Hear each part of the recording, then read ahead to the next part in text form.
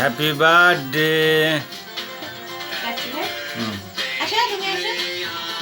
কাটো কেন?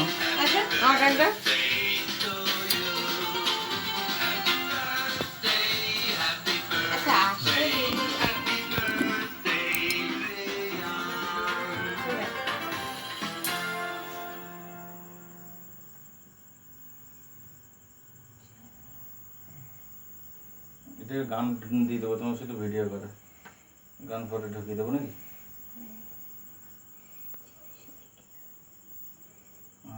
এটা আমি করি আমি